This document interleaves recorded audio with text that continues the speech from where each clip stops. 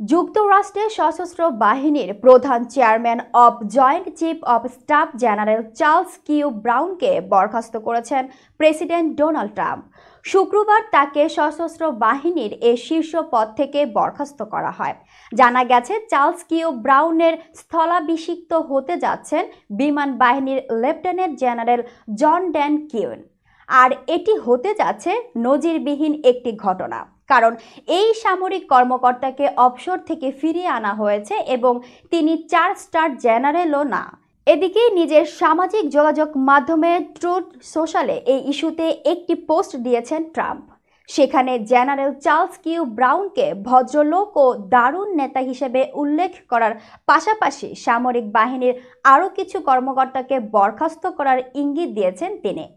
Trump লিখেছেন, প্রতিরক্ষা মন্ত্রী হেগসেথকে আমি আরও 5 জন উচ্চপদস্থ কর্মকর্তার মনোনয়ন চূড়ান্ত করতে নির্দেশনা দিয়েছি, যেগুলো খুব দ্রুতই ঘোষণা করা হবে।